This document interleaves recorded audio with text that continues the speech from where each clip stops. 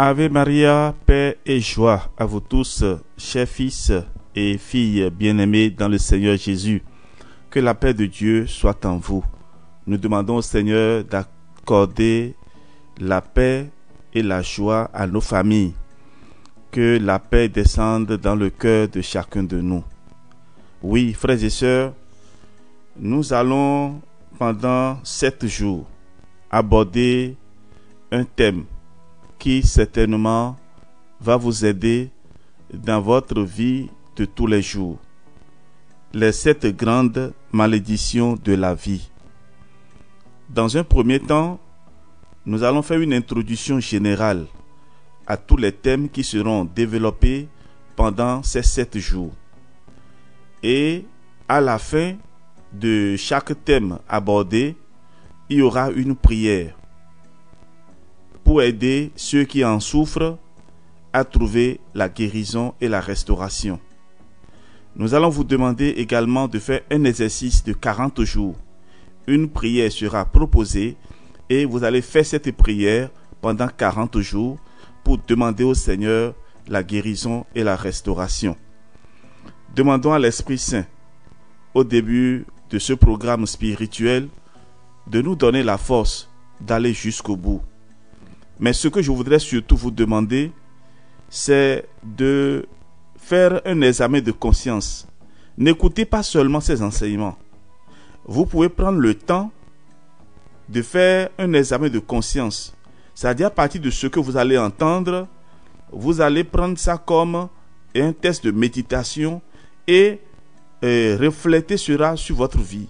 Analysez votre vie pour voir si vous êtes concerné. Et si vous êtes concerné, vous prenez la décision de faire les 40 jours de prière pour demander au Seigneur la libération, la délivrance. Que l'Esprit Saint nous soit accordé. Le livre de Deutéronome, chapitre 28, versets 15 à 68, nous parle des malédictions de la loi, à savoir la stérilité et les problèmes de reproduction, les maladies héréditaires, chroniques et mortelles, la folie et les problèmes mentaux, le célibat imposé, la pauvreté, les problèmes financiers et le chômage, le vagabondage et les échecs, et les morts prématurées ou bizarres. Ce sont les 7 grandes malédictions de la vie. Dans la vie, d'une façon ou d'une autre, nous, en tant qu'êtres humains, nous affrontons les 7 défis majeurs ci-dessus. Certains les considèrent comme des malédictions divines, alors que d'autres, moins fatalistes, les apprécieront comme des facteurs passagers pour peu qu'on adopte des comportements positifs pour mieux les contrôler. Par nos efforts continus et par la grâce du Seigneur Jésus-Christ, nous pouvons les résoudre. La malédiction agit souvent comme dans un cycle. On peut définir un cycle comme un intervalle de temps dans lequel des situations ou des phénomènes répétés sont accomplis. Une maladie ou une série de situations ou des opérations qui viennent régulièrement et parfois peuvent être amenées à se répéter. Une personne sous influence des malédictions a toujours l'impression de retourner au point de départ. Elle vit des situations qui se répètent encore et encore. Une malédiction demeure toujours un cycle dans la vie d'un individu, d'une famille ou d'une nation. Si le cercle n'est pas brisé, la malédiction va toujours se répéter encore et encore. Vous devez demander au Seigneur de vous délivrer des liens cycliques.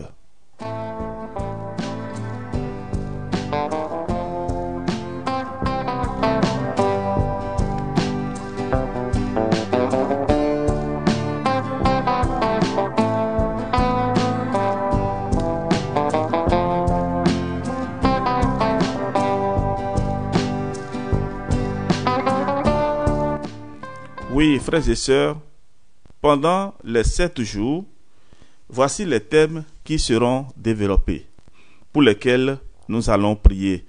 Et nous allons offrir également une prière que vous allez faire pour ceux qui sont concernés. Nous allons parler de la stérilité. La stérilité dans la Bible. Que faire en cas de stérilité du couple? La patience et le soutien du mari, par exemple, ce sont des exemples que nous allons donner. Et maintenant, une prière pour la fécondité du couple. Deuxième jour, nous aurons à parler, ça c'est le 9 décembre, nous parlerons des maladies héréditaires, chroniques et mortelles. Les maladies héréditaires, chroniques et mortelles. Troisième jour, nous parlerons de la folie et les problèmes mentaux. Quatrième jour, le célibat imposé. Cinquième jour, la pauvreté et la famine. Sixième jour, les morts prématurées ou les morts bizarres. Septième jour, le vagabondage et les échecs scolaires. Frères et sœurs bien-aimés, voilà donc le programme pour ces 7 jours d'enseignement et de prière. Et je vous demande de suivre attentivement pour chaque jour ces enseignements et ces prières que nous allons faire ensemble. Que Dieu notre Père, dans sa miséricorde, vous donne la force d'aller jusqu'au bout, qu'il vous donne son Esprit Saint, parce que nous en avons besoin pour comprendre et prendre une décision. Si vous avez des questions particulières à poser, vous pouvez suivre tout l'enseignement du début jusqu'à la fin, et à la fin, vous pouvez donc nous écrire, ou même, si votre question est pressante, vous pouvez donc nous écrire par WhatsApp, mais prenez la patience pour attendre la réponse, plus 229 67 20 14 14. Votre serviteur, le Père Jean-Raphaël Mariton, nous dit: j'espère de la part du Seigneur une bénédiction abondante pour chacun de vous. Nous allons commencer le cheminement et je demande déjà à chacun de vous, pendant les 7 jours, vous pouvez jeûner comme vous voulez, vous pouvez choisir le temps et surtout réciter le Saint-Rosaire pendant la journée pour mieux accueillir l'enseignement et surtout pour que la prière puisse monter convenablement vers Dieu notre Père, vers Jésus-Christ notre Sauveur, et que l'Esprit Saint nous y aide. Que la paix de Dieu règne en vous. Disposons-nous pour suivre attentivement ces 7 jours de prière.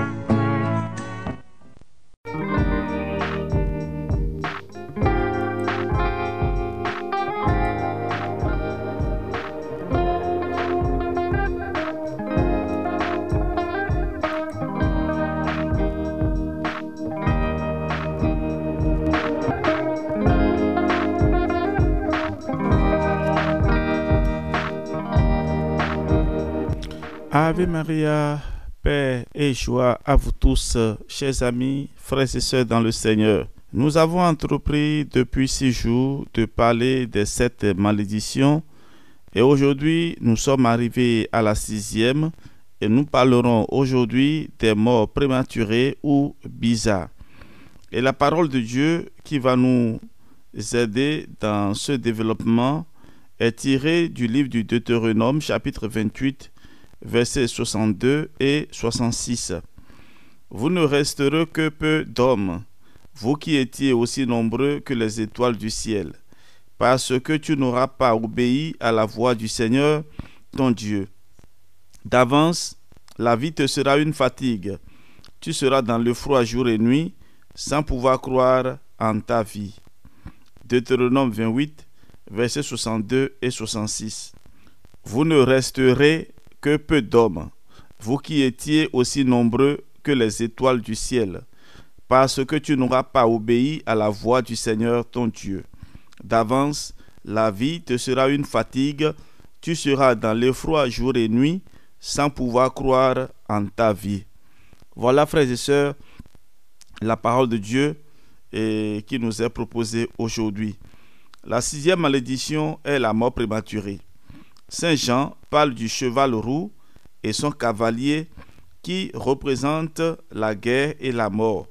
Apocalypse chapitre 6 verset 4. Il y a des familles qui ont ouvert la porte à la malédiction de la mort prématurée et bizarre.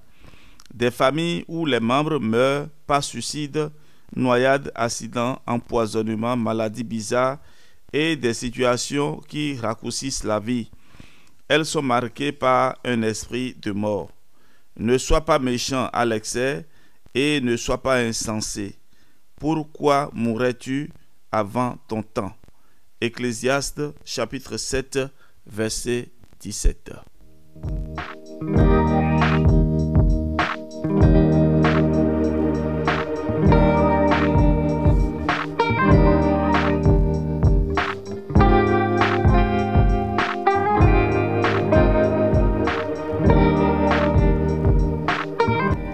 Oui, frères et sœurs bien-aimés, situons la mort dans la Bible et dans la théologie des pères de l'Église. Dans la Bible, la mort est considérée comme un châtiment que l'homme a mérité en péchant. La mort est venue avec le péché d'Adam, notre ancêtre. Genèse 2, 17, Genèse 3, 19. Dieu n'a pas fait la mort. Sagesse 1, 13. Il a créé l'homme pour l'incorruptibilité et la mort est arrivée par l'envie du diable. Sagesse 2, 23. L'homme est donc créé immortel. Alors, toutefois, certains pères de l'Église pensent que l'homme était créé corruptible et mortel. En effet, à lire le texte de Genèse 2 et 7, selon lequel Dieu a créé l'homme de la poussière de la terre, Saint Athanase d'Alexandrie s'écria: par nature, l'homme est mortel puisqu'il est tiré du néant. Il parle donc d'une immortalité promise.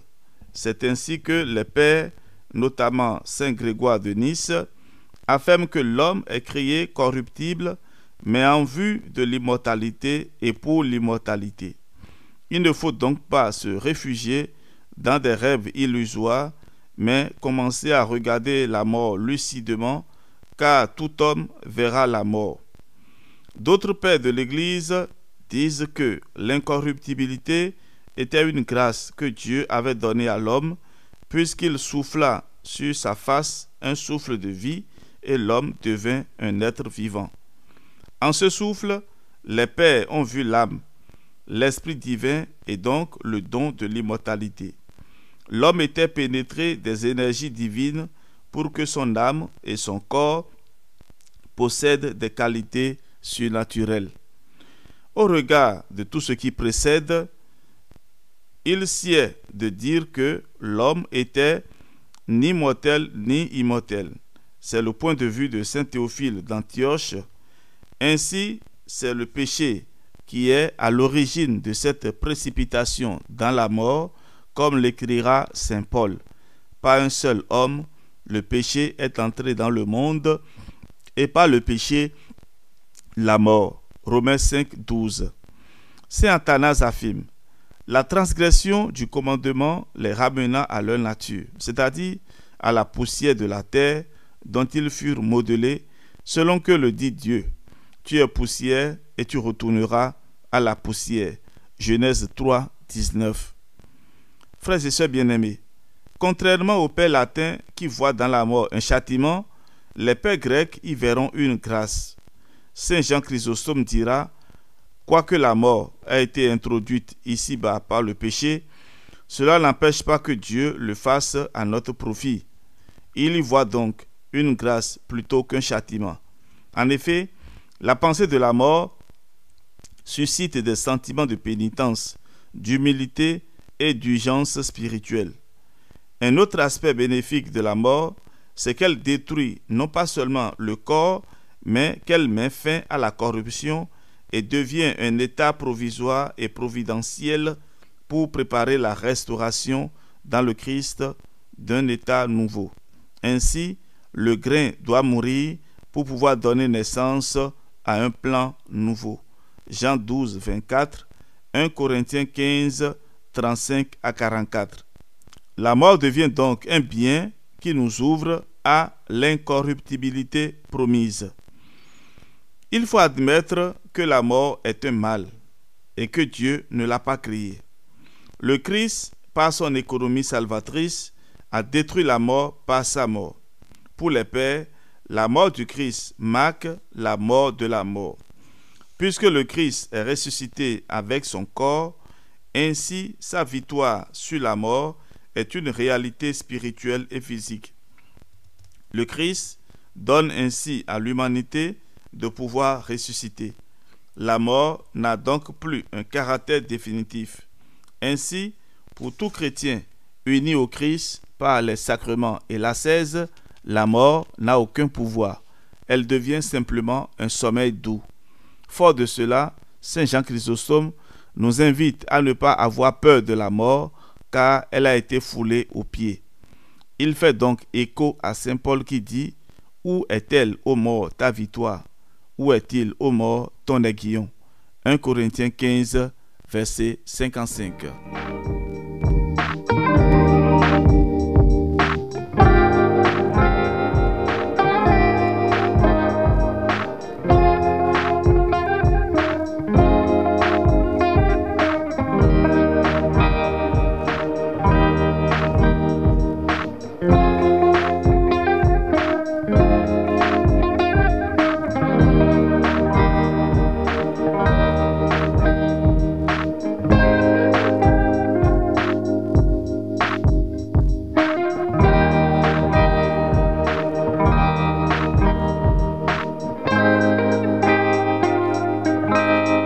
Oui, frères et sœurs, nous allons aborder à présent un autre sous-thème, prier pour le repos des âmes lors des morts répétitives des membres de la famille. Pour Saint Jean Chrysostome, la coutume de prier pour le repos des âmes des défunts remonte aux apôtres. Ce n'est pas en vain que les apôtres nous ont laissé la coutume et la loi. Vous savez que, d'après eux, dans nos saints et redoutables mystères, il doit être fait mémoire des défunts. Ils savaient quel avantage, quel bien immense ce souvenir devait leur procurer. Saint Paul avait coutume de prier pour le repos de son disciple défunt Onésiphore, 2 Timothée 1, 18, et comme l'apôtre ne mentionne dans ses salutations que la famille d'Onésiphore et non cet ami lui-même, on pense à juste titre que celui-ci était mort au moment où il écrit cette épître, et le passage de 2 Timothée 1, 15 à 18 est un hommage posthume. Alors, frères et sœurs, il y a 3 suffrages qui sont recommandés lorsqu'on prie pour les morts de sa famille. Il faut dire des prières pour eux, leur demander des messes et pratiquer l'aumône en leur faveur. Alors, lorsqu'on parle de prière, il y a le Saint-Rosaire, le chemin de la croix et d'autres exercices de piété, chemin de croix, rosaire, adoration et autres, différents types de prières que l'on peut faire. Et deuxième aspect, leur demander des messes, ça vous le savez déjà, et pratiquer l'aumône en leur faveur. Par exemple, lorsqu'on organise des messes pour les défunts de telle famille, il faut faire l'aumône, c'est-à-dire distribuer des dons aux pauvres, aux déshérités, aux orphelins et autres. Voilà. Donc, vous avez compris qu'il y a 3 suffrages qui sont recommandés lorsqu'on prie pour les morts de sa famille. il faut dire des prières pour eux, leur demander des messes et pratiquer l'aumône en leur faveur. En dehors des prières liturgiques, chaque chrétien doit prier pour les défunts de sa famille. Voilà, frères et sœurs, et c'est important de rappeler cela. Alors, je voudrais à présent faire quelques considérations. Les pères de l'Église recommandent aussi la demande du saint sacrifice eucharistique en faveur des défunts et ils estiment qu'il est le plus à même d'obtenir de Dieu ce pardon et cette purification. Les pères de l'Église recommandent aussi la pratique de l'aumône envers les pauvres. Et cette offrande est une manière de se substituer aux défunts. Faite en son nom, la grâce divine lui est attribuée. Elle consiste en des dons aux pauvres ou des offrandes, des sièges, des encens à l'église, une construction d'une chapelle. Voilà donc des œuvres que vous pouvez faire en la mémoire de vos défunts. Tout défunt pour qui l'on prie, quelle que soit la gravité de ses fautes, reçoit une consolation et un allègement de ses peines. S'appuyant sur des révélations, Saint Macaire le Grand affirme, nous citons, « Quelle que soit l'heure où tu émus pour ceux qui sont dans le châtiment et où tu pries, eux, ils sont un peu soulagés. » Fin de citation. Ainsi, la prière est toujours source de consolation pour tout défunt. À sonder de près les paroles du Christ, il est possible que les péchés graves, autres que celui de blasphème contre l'Esprit Saint, soient pardonnés dans l'au-delà. Tout péché et blasphème sera remis aux hommes, mais le blasphème contre l'Esprit Saint ne sera pas remis. Si quelqu'un dit une parole contre le Fils de l'homme, cela sera remis. Mais s'il parle contre l'Esprit Saint, cela ne lui sera remis ni en ce monde, ni en l'autre. Matthieu 12, 31 à 32. Toutefois, il faut souligner que les défunts ne peuvent recevoir les bienfaits de cette prière que dans la mesure où leur volonté ne s'y oppose pas. Au contraire, cette prière n'est d'aucune utilité pour les pécheurs qui ont refusé de se repentir ou, au moment de leur mort, ont rejeté Dieu. Toutefois, il faut souligner que les défunts ne peuvent recevoir les bienfaits de cette prière que dans la mesure où leur volonté ne s'y oppose pas. Donc il y en a qui meurent et qui ont refusé catégoriquement l'Église avant de mourir. Si vous priez pour eux, la prière n'aura pas de bénéfice pour ces défunts. Au contraire, cette prière n'est d'aucune utilité pour les pécheurs qui ont refusé de se repentir ou au moment de leur mort ont rejeté Dieu. Et donc, nous pouvons prier pour soulager nos défunts.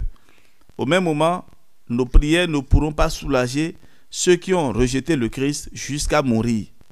Alors donc, frères et sœurs, pendant que nous sommes encore sur la terre, faisons beaucoup attention pour garder notre lampe allumée jusqu'au dernier jour de notre vie sur la terre.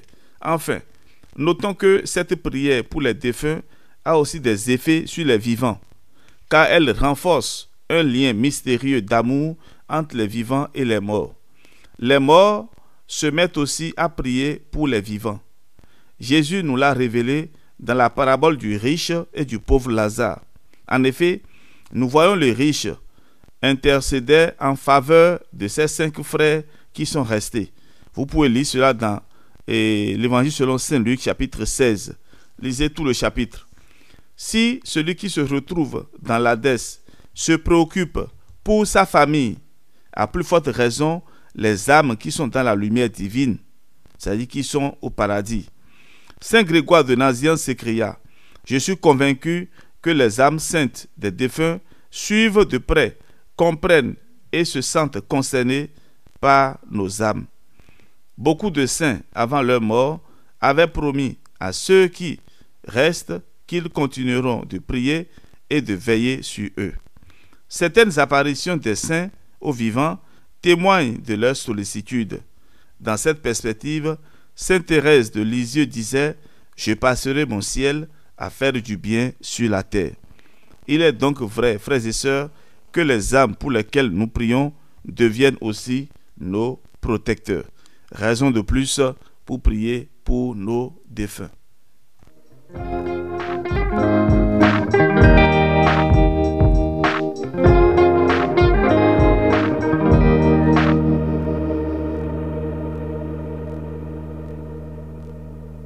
Voilà, frères et sœurs, après cette pause, nous voulons à présent conclure notre entretien et notre enseignement de ce jour consacré aux morts brutales et inexpliquées. Alors, les morts bizarres. Alors, nous avons déjà dit que nous devons prier pour les défunts. Alors, n'oubliez pas que toutes les fois où vous vous souvenez d'un défunt, vous devez demander des messes et pour ce défunt, prier pour lui et faire de l'aumône si possible en sa faveur. Voilà donc les 3 actes qui sont recommandés. Alors, à la fin de ce temps d'enseignement, nous allons proposer quelques prières pour le repos des âmes. Et donc, ce sont des prières pour le repos des âmes et pour se protéger de la mort subite. D'accord? Pour le repos des âmes et pour se protéger de la mort subite. Avant de faire la lecture de cette prière, je voudrais d'abord recommander à tout le monde de faire un calendrier pour demander des messes constamment aux défunts de vos familles. N'attendez pas toujours le jour anniversaire. Ceux qui parfois rêvent et voient des défunts, des personnes décédées de leur famille, c'est la preuve qu'ils ont besoin de nos prières et surtout des saintes messes. Et il y en a aussi qui sont poursuivis ou bien parfois ils se retrouvent au milieu des personnes déjà décédées de leur famille. C'est la preuve qu'ils ont besoin de vos prières. La première des choses à faire, c'est de prier, demander des messes pour ces défunts, au lieu de commencer à courir de gauche à droite pour aller faire des sacrifices. Et parlant des sacrifices, je voudrais vous rappeler encore ceci. Et nos défunts ont besoin de beaucoup plus de prières que de tous les sacrifices que nous faisons de gauche à droite. Il y a aujourd'hui le culte des morts que nous faisons. Quand quelqu'un est malade, on se préoccupe très peu de la personne. Mais dès que la personne meurt, on fait en même temps conseil de famille et on vote le budget et à chacun revient ce qu'il doit payer pour l'enterrement, pour les obsèques. Alors, frères et sœurs, c'est aussi en ces jours-là qu'on voit les voitures qu'on n'a jamais vues sur les routes des villages pour les obsèques. C'est mauvais. C'est aussi le jour-là où on voit des personnes habillées somptueusement et qui viennent se présenter comme étant les parents du défunt ou de la défunte. Et ce sont eux qu'on voit qui commencent à bouger de gauche à droite, à faire ce qu'on appelle le m'as-tu vu. Tout ça là, ça n'a pas de valeur. C'est aussi le moment de vous rappeler que lorsqu'il y a des morts subites dans vos familles, rassemblez-vous et choisissez de faire une neuvaine de messe, une neuvaine de prière et demandez la bénédiction de la maison à un prêtre. Qu'on bénisse la maison et qu'on bénisse aussi les tombeaux. Et qu'on fasse aussi conseil de famille pour voir si il n'y a pas une mésentente dans la famille. Il y a souvent des problèmes cachés. Et à cause de cela, il y a des personnes qui provoquent les esprits mauvais qui commencent à tourner dans la maison et prennent le visage des personnes décédées et commencent à tourner, à tourmenter la vie des autres. Alors, frères et sœurs, lorsque vous vous trouvez dans cette situation, commencez en même temps un cheminement avec le précieux sang de Jésus. Trouvez en même temps le livre de prière pour le précieux sang de Jésus, si possible, 1 mois avec le précieux sang de Jésus et vous faites le cheminement pendant 1 mois. Faites un effort pour aller à la messe et aller à l'adoration pour prier pour les défunts de vos familles et demander la paix pour vos familles et aussi pour votre protection. C'est très important. Au cours des cérémonies, les funérailles, les obsèques, il y a souvent des personnes mal intentionnées qui viennent pour envoûter des personnes ou bien pour créer et des situations catastrophiques. Faites beaucoup attention lorsque vous allez au village pour faire les obsèques. Et surtout lorsque vous n'allez pas souvent au village et que c'est quand un parent meurt que vous allez là-bas, faites beaucoup attention à travers ce que vous faites, ce que vous mangez et ce qu'on vous dit. Et il est aussi bien, frères et sœurs, de ne pas fuir souvent le village. De temps en temps, il faut quand même aller et prier sur les tombeaux de nos parents, nettoyer les tombeaux et faire aussi un effort pour réaliser des œuvres de charité dans le village, pour le bien de tout le monde. C'est aussi important. Alors, je m'arrête là et je vais à présent vous dire ce qu'il faut faire. Alors, pour le repos des âmes, vous allez dire cette prière que nous allons proposer pendant 40 jours. Et vous allez allumer une bougie devant la photo du défunt. Alors, et vous allez lire le psaume 130 et dire cette prière que je vais donner maintenant. Et le psaume 130 est souvent récité pendant les obsèques, pendant les défunts. Et c'est dans la liturgie des défunts. Alors, donc, vous allez prendre le psaume 130 et lire le psaume 130 et faire cette prière et ensuite allumer une bougie devant la photo du défunt. Voilà. Quand je dis bougie, c'est la bougie blanche.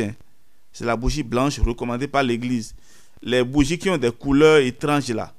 Et moi, je ne vous conseille pas cela. Je ne sais pas ce qu'ils ont mis dedans. Si quelqu'un vous raconte des choses, attention, attention, attention. Prenez la bougie blanche, faites bénir par un prêtre et allumez devant la photo de votre défunt. Alors, nous allons faire ensemble cette prière. Dieu des esprits et de toute chair, qui a triomphé de la mort et terrassé le diable pour donner la vie au monde, accorde, Seigneur, à l'âme de ton serviteur défunt ou de ta servante défunte, vous donnez le nom, le repos dans le séjour de la lumière, de la fraîcheur et de la paix, en un lieu d'où sont absents la peine, la tristesse et les gémissements. Dans ta divine bonté et ton amour pour les hommes, pardonne-lui toute faute commise en parole, en pensée, en action, car il n'est personne qui vive et ne pêche pas. Toi seul, Seigneur, tu es sans péché, ta justice est une justice éternelle et ta parole est vérité. Car tu es la résurrection, le repos et la vie de ton serviteur défunt ou de ta servante défunte, vous donnez le nom, au Christ notre Dieu, et nous te rendons gloire, ainsi qu'à ton Père éternel et à ton saint, très saint, bon et vivifiant esprit, maintenant et toujours, et dans les siècles des siècles. Amen. Et vous laissez la bougie allumée devant la photo de la personne. Il y en a qui, dans leur maison, ont un lieu dédié à la prière et ils ont étalé, ils ont mis au mur les photos des défunts. C'est une bonne pratique et cela permet donc de se rappeler de ces défunts-là pendant nos prières. Et c'est toujours important, lorsque vous priez, réservez toujours un moment pour les défunts de vos familles. C'est très important. Surtout ceux qui ont reçu des héritages. Ceux qui ont reçu des héritages et qui n'ont pas accompli les vœux, les promesses. Il y en a à qui les parents ont dit, à ma mort, faites telle chose, donnez telle chose à telle personne. Mais nous, on décide autrement après leur mort. C'est dangereux, frères et sœurs. C'est dangereux. Lorsque vos parents laissent un testament et ils meurent, il faut exécuter le testament. Le testament du défunt doit être exécuté comme il a dit de son vivant. La plupart de nos parents, pendant qu'ils sont en vie, ils travaillent beaucoup. Et ceci pour le bien de leurs enfants. Mais la plupart du temps, lorsqu'ils sont vivants, ils ne voient même pas les enfants à côté d'eux. Pendant qu'ils sont en train de travailler, ils ne voient même pas les enfants à côté d'eux. Et quand ils meurent, la première des choses que les enfants font, c'est d'aller voir en même temps les papiers et des biens que leurs parents ont laissés. C'est dangereux aussi. C'est dangereux. Ça veut dire que vous ne pensez même pas à l'âme de votre défunt père ou de votre défunte mère. La première des choses, c'est que vous commencez à discuter déjà qui va prendre tel terrain, surtout quand les parents n'ont pas fait le testament. Et là, je vous en prie, chers frères et sœurs, la mort ne prévient pas. Si vous avez déjà accumulé un certain nombre de biens matériels et que vous savez qu'à votre mort, vous ne voulez pas avoir des problèmes avec les enfants qui vont commencer à se discuter, prenez un papier et laissez déjà par écrit votre dernière volonté. Cela ne veut pas dire que vous êtes en train de signer la fin de votre vie sur la terre. Non. Il y a certains qui pensent que non, et il faut avoir au moins tel âge avant de laisser l'héritage. Moi, je connais des personnes qui ont et qui sont encore en vie, mais déjà de leur vivant, ils ont partagé les héritages et les biens à leurs enfants. Cela n'a pas tué la personne. Il y en a qui ont laissé de testament. Moi, je connais un vieux père que j'accompagnais dans la confession. Il venait régulièrement me voir et il me parlait aussi de ses problèmes, les problèmes avec les enfants, comment les enfants se battent. Et il m'a laissé le testament. Et j'ai fait valider cela avant sa mort par quelqu'un d'autre, par le curé de la paroisse. Et lorsqu'il est mort, voilà, j'ai été voir le curé pour lui dire, bon voilà, le testament était avec moi. Et voilà ce que notre frère en Christ qui vient de mourir a décidé. Et nous avons suivi le testament. La maison est en paix aujourd'hui. Alors, frères et sœurs, faites beaucoup attention. Ne dilapidez pas les biens des défunts et sous prétexte que, voilà, c'est pour vous, c'est votre héritage. Et ce sont de petits conseils. Vous-même, vous savez déjà ce qui se passe dans vos familles. Donc, prenez les dispositions pour que les mêmes problèmes ne retournent pas sur vos enfants et vos arrière-enfants. Alors, à présent, et à part la prière que j'ai proposée tout à l'heure pour le repos des âmes, il y a une deuxième prière, prière de protection contre la mort, les morts violentes. Donc, vous allez réciter le psaume 91 et dire cette prière que je vais faire avec vous. Et en ce moment, vous qui m'écoutez en ce moment-là, vous allez vous approprier cette prière. C'est-à-dire, vous allez mettre la main sur le cœur et intérioriser vraiment cette prière. Nous allons prier. Maître et Seigneur notre Dieu, inépuisable source de miséricorde, insondable océan de l'amour pour les hommes, abîme infini de longanimité et de bonté, toi qui de génération en génération, dans l'immensité de ta bienveillance envers lui, fais tourner à son profit les épidémies et les fléaux infligés aux gens humains, afin que notre irrésistible tendance au péché, retenue par le frein de ta crainte, ne se lance pas de façon inconsidérée contre ton image divine et ne nuise pas à la noblesse de notre âme.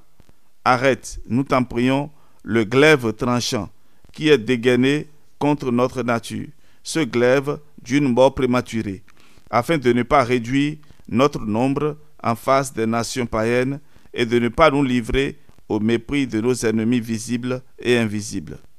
Nos villes sont désertes, nos marchés ont disparu, ainsi que nos fêtes sacrées. Nos cérémonies et les chœurs de nos églises se sont tus pour la plupart. Les grandes et belles demeures sont devenues, comme dit l'Écriture, un désert et non plus d'habitants. Crainte et tremblement nous pénètrent et les sombres ténèbres de ce mortel fléau nous ont tous recouverts. À peine avons-nous pleuré, selon la coutume, les défunts de notre famille, la mort nous atteint nous aussi. D'autres doivent nous pleurer et nous sommes ensevelis en commun. Nous les vivants, ou qui paraissons tels, nous croyons déjà ne plus vivre par crainte de ce redoutable fléau. Peu s'en faut que nous perdions confiance en nous-mêmes, chacun de nous s'imaginant avoir en lui-même les germes de l'épidémie et les symptômes fatals, et nous mourons de peur avant que ne survienne la mort. Tel est le salaire de nos péchés, tel est le résultat de nos actions mauvaises et de nos impuretés. Telle est la punition de nos débauches, de nos parjures, de nos iniquités. Ce serpent à 3 têtes, ayant enfoncé en nous ses cruelles dents, nous a porté la ruine et ce genre de mort. C'est pour cela, dit-on, que descend la colère de Dieu sur les fils de la rébellion. C'est pourquoi nous ne sommes plus capables d'élever les regards de notre âme, ni de prier en toute pureté, ni d'attirer la miséricorde de Dieu, chacun de nous, ployant sous le poids de sa conscience comme sous un carcan de fer. Mais ne nous abandonne pas jusqu'à la fin, pour la gloire de ton Saint-Nom. Ne détruis pas ton alliance, et puissions-nous ne pas perdre, pour notre malheur, l'occasion du repentir et de la conversion. C'est pour cela aussi que tu as suscité ce mortel fléau, par amour pour les hommes.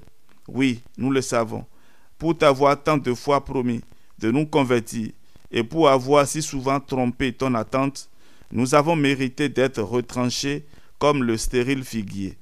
Mais veille patienter encore et sans cesse, toi le jardinier ami des hommes, qui ne désire pas la mort du pécheur, mais qu'il se convertisse et qu'il vive.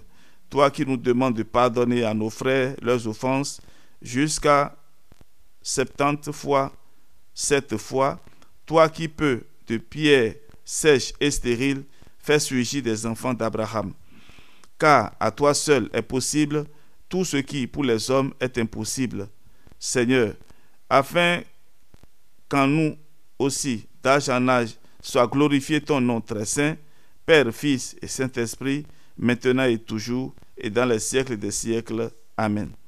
Voilà donc, frères et sœurs, et vous trouverez à la fin de ce temps d'enseignement, cette prière que vous allez faire, prière de protection contre la mort. Surtout les familles dans lesquelles il y a des morts prématurées, des morts violentes, des morts bizarres. Quand je dis bizarre, vous comprenez déjà. C'est-à-dire, il y a une succession de morts. Il y a quelqu'un qui disait même la dernière fois que cette famille-là a fait cotisation de mort. C'est comme si dans cette famille-là, chaque mois, quelqu'un meurt, ou bien chaque année, presque à la même date, ou bien presque dans le même mois, et des personnes meurent. Quand vous voyez ce genre de choses, rassemblez-vous et faites cette prière. Prière de protection contre la mort. Et là, c'est pendant 40 jours, précédé du psaume 91.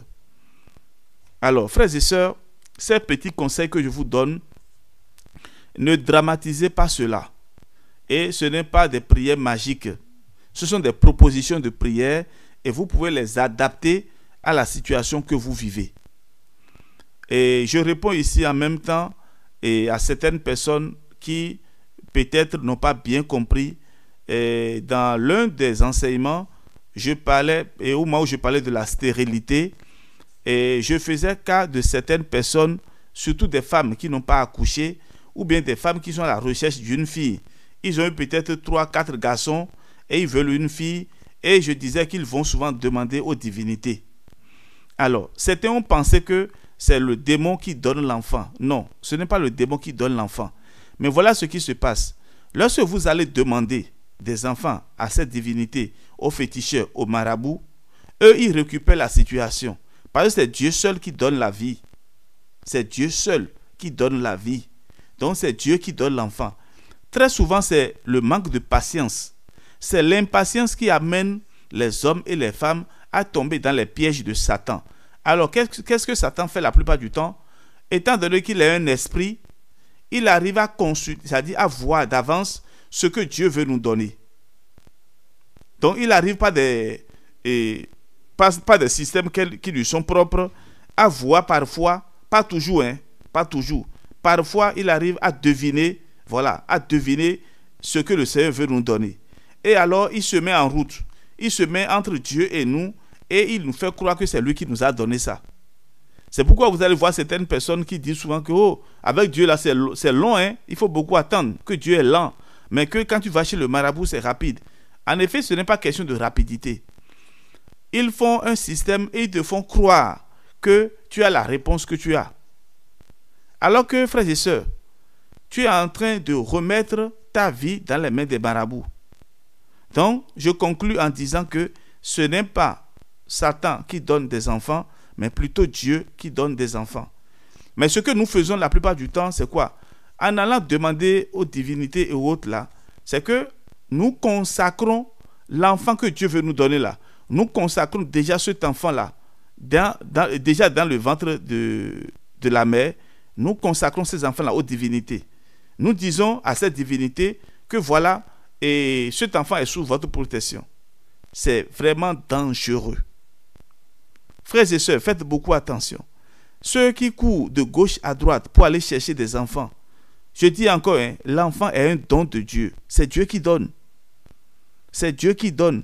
Donc, lorsque Dieu vous donne et que vous voulez avoir encore plus, puisque vous avez les longs yeux, Vous allez maintenant consacrer l'enfant à une divinité. Après, la divinité réclame cet enfant-là. La divinité réclame cet enfant. Combien d'enfants ont de la peine aujourd'hui à vivre? J'ai rencontré une fille il y a quelques années et elle n'arrive pas à porter les chaussures fermées. Elle ne peut que porter les sandales ou bien les chaussures qui ont le devant ouvert. Et elle a les pieds qui ressemblent un peu aux pieds au poisson. Vous voyez? Donc, ses pieds lui font vraiment mal lorsqu'elle doit mettre les pieds dans les chaussures fermées. Alors, tout cela, c'est quoi? Et elle est fille unique. Elle est fille unique. Quelle souffrance cette fille-là n'a pas dans sa vie? Quelle souffrance elle n'a pas dans sa vie? Alors, frères et sœurs, faites beaucoup attention. Vous créez une difficulté aux enfants, vous créez la vie difficile aux enfants, et après, ils ne savent plus comment vivre en ce monde. Vous qui voulez enfant, après vous mourrez. Vous mourrez. Et maintenant, vous laissez l'enfant maintenant dans la souffrance. À quoi ça sert de dire, oui, j'ai un enfant, si cet enfant a été déjà consacré aux divinités? Ce n'est plus ton enfant. Alors, je vous donne encore ce conseil. Mes chers amis, un jour ou l'autre, vous allez mourir. Et lorsque vous mourrez, les problèmes que vous laissez derrière vous là, les problèmes vont vous suivre. Les problèmes vont vous suivre. Je vous le dis aujourd'hui. Les problèmes que vous allez laisser en ce monde-là, les problèmes vont vous suivre. Donc si vous vivez mal, vous allez mourir mal, et dans l'au-delà, vous allez continuer à souffrir. Donc ce n'est pas la peine en ce monde-là de chercher à avoir tout ce que vous voulez. Si tu as l'argent que tu n'as pas et l'enfant, contente-toi de l'argent que tu as. Tu as l'enfant, tu n'as pas l'argent, contente-toi de l'enfant que tu as. On ne peut pas tout avoir dans ce monde-là. Il y en a aussi qui ont livré leurs enfants dans la sorcellerie. C'est-à-dire qu'ils ont fait des promesses sur la tête de leurs enfants dans la sorcellerie. Surtout ceux qui sont dans les sectes là. Ils ont donné déjà leur nom dans les sectes. Vous allez mourir et vos enfants vont souffrir tout le temps de leur vie. Frères et sœurs, parfois quand nous disons que il faut prier pour la purification et la guérison de notre arbre généalogique, c'est pour ces raisons-là. Ce n'est pas pour que chacun attribue tous les problèmes qu'il a à son arbre généalogique, non. Mais dans nos familles, il y a ces personnes, même nos parents, qui parfois, dans leur ignorance, ont sacrifié tous les enfants dans la sorcellerie, dans les sectes. J'avais un vieux père, c'était un oncle à moi, paix à son âme. Et souvent les conseils que je vous donne, frères et sœurs, ne pensez pas que ce sont des choses de la littérature. Ne pensez pas que ce sont des choses seulement que les autres ont vécues. Moi-même, en tant que prêtre qui vous parle, j'ai ces problèmes-là dans ma famille. Je vous parle parfois, sans le dire directement, des problèmes que nous vivons aussi dans nos familles. Je suis d'une famille très nombreuse. Je suis le dernier de plus de 20 enfants. Et je sais ce que nous avons vécu jusqu'à aujourd'hui. Le Seigneur m'a donné la grâce du sacerdoce, certainement pour une mission particulière dans cette famille-là. Et je ne vous dirai pas plus tout ce que nous souffrons, tout le combat que nous faisons chaque jour, toutes les prières que nous faisons chaque jour. Et je demande aussi à chacun de vous de prier pour moi, de prier pour ma famille, de prier pour mon ministère. Ce n'est pas facile. Et ne pensez pas que je vous donne seulement des conseils parce que, bon voilà, j'ai entendu dire ou bien quelqu'un m'a raconté. Ce sont des réalités que je vis aussi dans ma famille.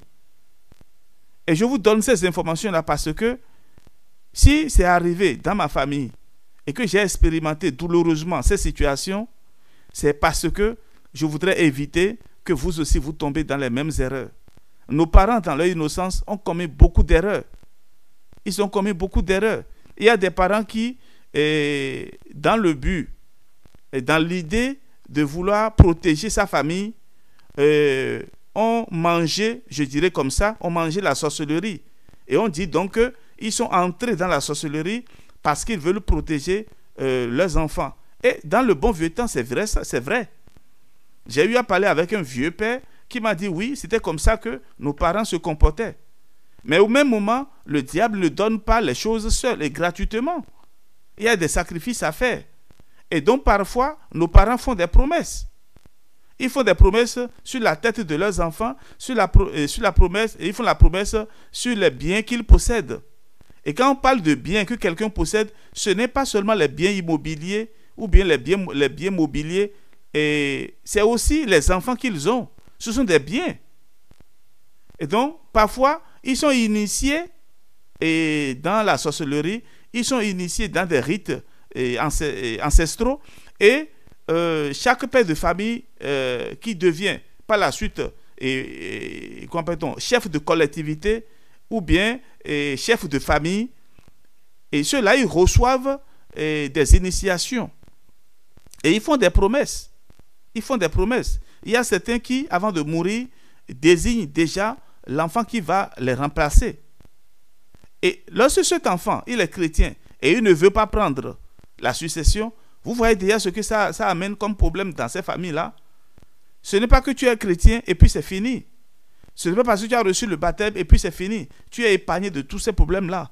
Mais lorsque tu ne pries pas, lorsque tu n'as pas une vie vraiment soutenue de prière et de sacrement, tu ne peux pas t'en sortir, mon frère. Tu ne peux pas t'en sortir.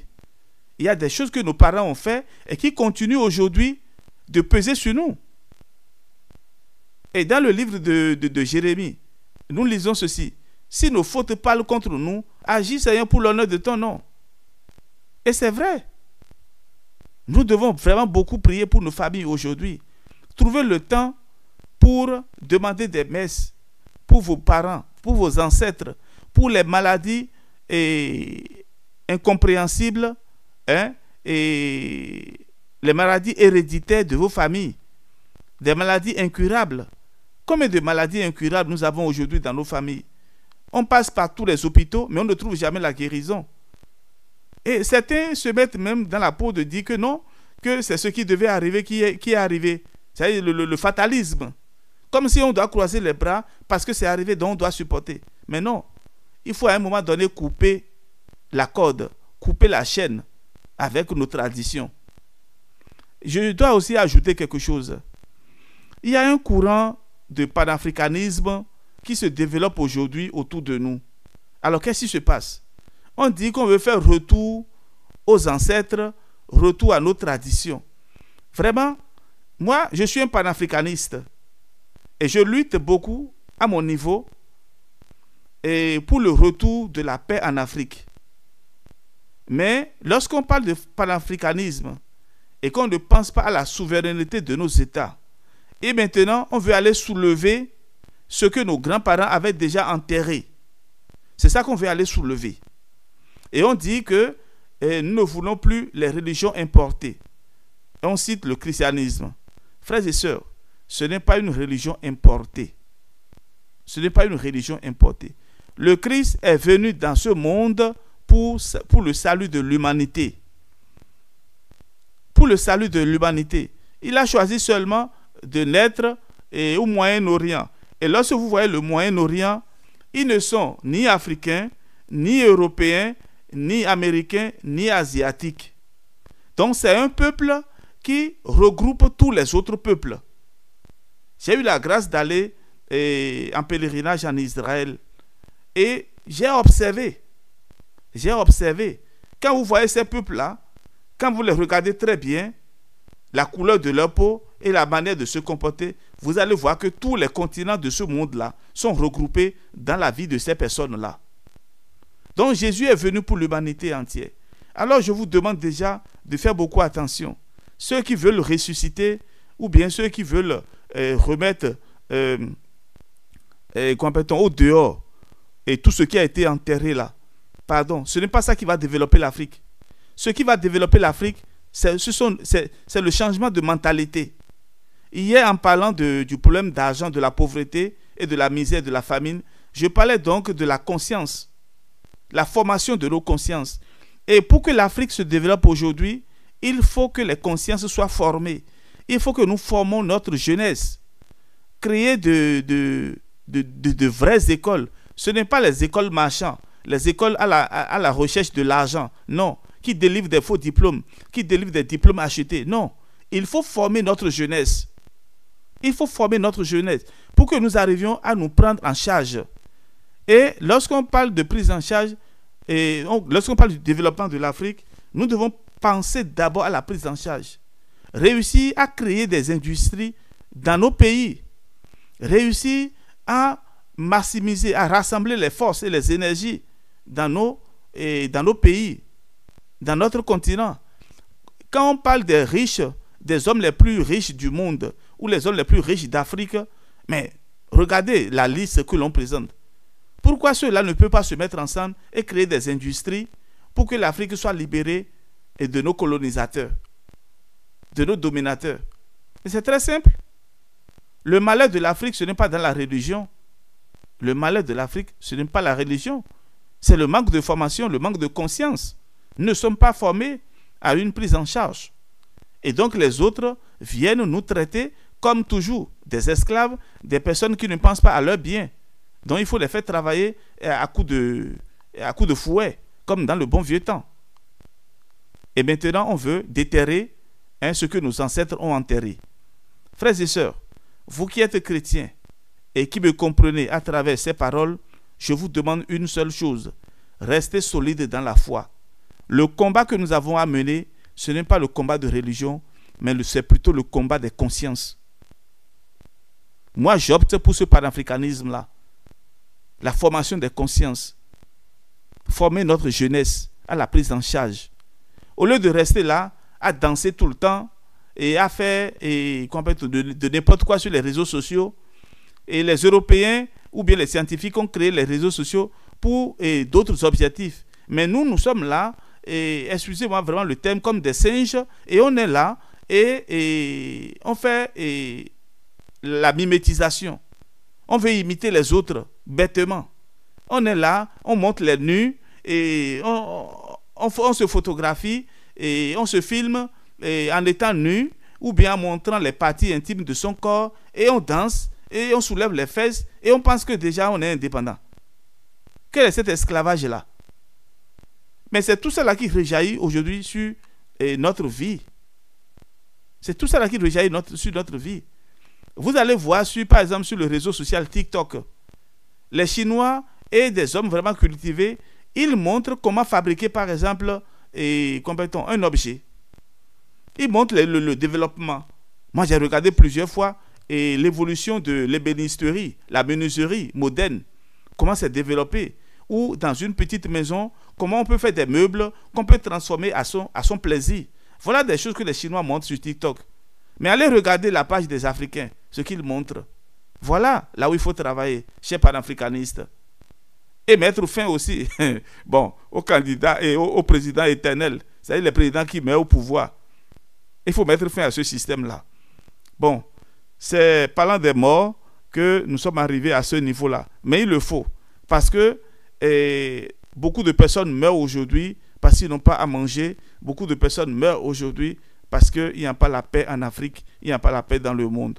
Alors, frères et sœurs, que mes propos ne touchent pas quelqu'un, mais c'est aussi une manière pour vous dire que chacun de nous doit apporter sa pierre à l'édifice. Chacun de nous doit apporter sa pierre pour la construction de l'Afrique et pour la construction du monde, pour qu'il y ait un monde de paix, un monde de fraternité et de justice. Alors, le conseil que je vais vous donner pour finir. Quand Jésus est mort pour vous sur la croix, à l'âge de 33 ans, c'est-à-dire trop tôt, c'est pour vous délivrer de la malédiction des morts prématurées ou bizarres dans votre famille. Ce ne sont pas des cérémonies à faire. Accrochez-vous à Christ, accrochez-vous à Jésus-Christ et il délivrera nos familles de la mort subite et des morts bizarres, des morts prématurées. Frères et sœurs, soyez bénis et que le Seigneur dans sa miséricorde vous bénisse et vous protège au nom du Père et du Fils et du Saint-Esprit. Amen. Si vous voulez poser des questions ou participer au débat sur ces thèmes que nous avons abordés, vous pouvez nous écrire par WhatsApp plus 229 67 20 14 14. Soyez bénis et on se donne rendez-vous demain pour la fin de cette série d'enseignements et nous parlerons du vagabondage et les échecs scolaires. Voilà, nos enfants qui ne réussissent pas à l'école ou bien des jeunes qui vont à plusieurs reprises à des examens et concours ou bien qui finissent qui finissent leurs études et qui ne trouvent pas du travail. Nous allons proposer à la fin une prière pour les études et aussi donner des conseils pour que notre jeunesse puisse vraiment se prendre en charge. Et ceci pour la gloire de Dieu et le salut de l'humanité. Amen.